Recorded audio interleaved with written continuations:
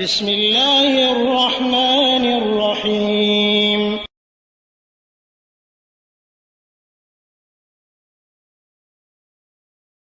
بسم الله الرحمن الرحيم الحمد لله رب العالمين والصلاة والسلام على أشرف الأنبياء والمرسلين نبينا محمد وعلى آله وصحبه أجمعين أما بعد وعليكم السلام ورحمة الله وبركاته সম্মানিত মোহাম্মদ আমিন ভাই, আপনি আপনার বন্ধুর পক্ষ থেকে প্রশ্ন করেছেন যে বাংলাদেশে গেলে তারা যখন গ্রামে যায়, গ্রাম থেকে শহরে যায়, তখন তারা আসরের জোহরের পরে রওনা হইলে তারা নামাজ পড়তে পারে না বা মাগরিবের সময় তারা আসর পড়ে না।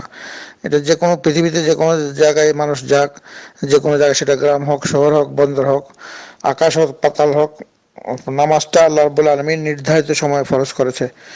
আল্লাহ তাআলা বলতেছেন পবিত্র কোরআনে সূরা নিসার 103 নম্বর আয়াত, আউযু বিল্লাহি মিনাশ শাইতানির রাজীম, ইন্নাস সালাতা কানাত আলাল মুমিনিনা কিতাবাম মাওকুতা। অবশ্যই মুমিনদের জন্য আল্লাহ রাব্বুল আলামিন নির্দিষ্ট সময়ে নামাজকে নির্ধারণ করেছেন। কাজেই নামাজের সময় মতো নামাজ পড়া এটা নামাজের জন্য শর্ত। যেমন উযু ছাড়া নামাজ হয় না, ঠিক সময়ের বাইরে নামাজ পড়লে নামাজ হবে না।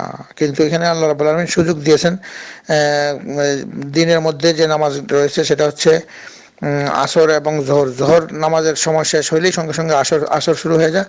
তো এই দুইটা নামাজ পরস্পর সংযুক্ত। ঠিক তেমনিভাবে রাত্রের নামাজ, মাগরিবের নামাজ শেষ হইলেই এশার নামাজ শুরু হয়ে যায়। তাহলে মাগরিব আর এশা সংযুক্ত নামাজ একই টাইমে, পরস্পর ধারাবাহিকভাবে।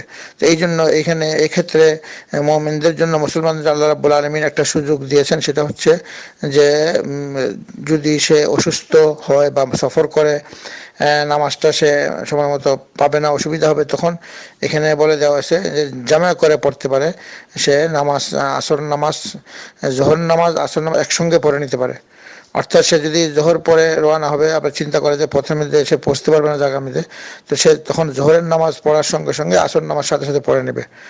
এটা এই কারণে, অসুস্থতার কারণে, অথবা অসুস্থ সে ওই সময় পড়তে পারবে না, উজু করতে অসুবিধা হবে, অথবা সফরের কারণে, অথবা সে জায়গা যখন পৌঁছবে সেখানে সময় মতো পৌঁছতে পারবে না। এই কারণে একটা লোক কারণবশত নামাজকে, বৃষ্টির জন্য রাসূল সাল্লাল্লাহু আলাইহি ওয়াসাল্লাম যখন বৃষ্টি হতেন তখন এইভাবে নামাজ একসঙ্গে পড়তেন।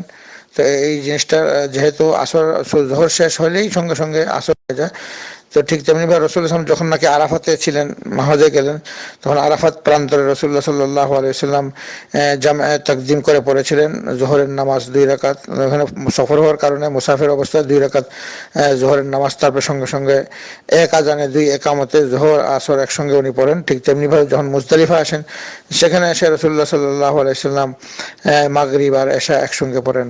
তাহলে এইভাবে অন্যান্য সফরেও রাসূল সাল্লাল্লাহু আলাইহি ওয়াসাল্লাম মদিনা আমিতে যখন স্থায়ীভাবে বসবাস করতেন, তখন রাসূল সাল্লাল্লাহু আলাইহি ওয়াসাল্লাম যখন বৃষ্টি হইতো তখন সাহাবাদেরকে নিয়ে মসজিদে বৃষ্টির কারণে মাগরিবের সময় মাগরিব এশা একসঙ্গে পড়ে নিতেন, অথবা অনেক বৃষ্টি, মুষলধারে বৃষ্টি হওয়ার কারণে মসজিদে যখন মানুষ জোহরে আসতো, তো জোহর আসর একসঙ্গেই পড়ে নিতেন। তো এই জন্য এটা সুবিধা। কিন্তু মাগরিবের সময় আসর পড়লে হবে না, এবং ফজর যদি পড়ে সে জোহরের সময়, সেটা হবে না। ফজরের টাইমে পড়তে হবে, আর আসরটা জোহরের সাথে পড়তে হবে। তাহলে হয় সে জোহরের সময় জোহর আসর একসঙ্গে পড়বে, অথবা আসরের সময় গিয়ে জোহর আসর, প্রথম জোহর পড়বে, আসর পড়বে। তাহলে এই দুইটা নামাজ একসঙ্গে পড়া যায়, সেটা হচ্ছে আসর, জোহর আবার আসর। কারণ এটা একসঙ্গে দুটা পরস্পর সংযুক্ত নামাজ, মানে জোহরের নামাজ শেষ হলে আসর নামাজ শুরু হয়ে যায়, ঠিক তেমনিভাবে মাগরিব শেষ হলে এশার নামাজ শুরু হয়ে যায়। তাহলে এই জন্য এই কারণবশত এই মাগরিব এবং এশা একসঙ্গে পড়ে নিতে পারে, আগে পিছে করে। মাগরিবের সময় মাগরিব পড়ে তারপরে এশা পড়ে নেওয়া, অথবা দেরি করে পড়া, মানে এশারের সময় গিয়ে মাগরিব পড়া এবং এশা একসঙ্গে পড়া, অথবা জোহরের নামাজের সময় আসরকে নিয়ে আসা এবং জোহর পড়ে আসর পড়া, অথবা জোহরকে দেরি করে পড়া, অর্থাৎ আসরের সময় গিয়ে জোহর পড়া তারপর আসর পড়া। তো এইভাবে আল্লাহ রাব্বুল আলামিন সুযোগ দিয়েছেন অসুবিধার কারণে। তো আলহামদুলিল্লাহ, ইসলাম ধর্মটা অনেক সহজ ধর্ম। সবখানেই আল্লাহ রাব্বুল আলামিন মানুষের আল্লাহর বিধিবিধান কার্যকর করার ব্যাপারে সহজ করে দিয়েছেন। বাকি রয়েছে আমাদের জানার ব্যাপারটা। তো আল্লাহ তাআলার কাছে আমরা দোয়া করি, আল্লাহ তাআলা আমাদের সবাইকে যেন দ্বীন ইসলামের বিধানগুলো সঠিক স্থান থেকে জেনে সঠিকভাবে আমল করার তৌফিক দান করেন। সাল্লাল্লাহু আলা নবিয়িনা মুহাম্মদ ওয়া আলা আলিহি ওয়া আসহাবিহি আজমাইন বিরহমাতিকা ইয়া আরহামার রাহিমিন।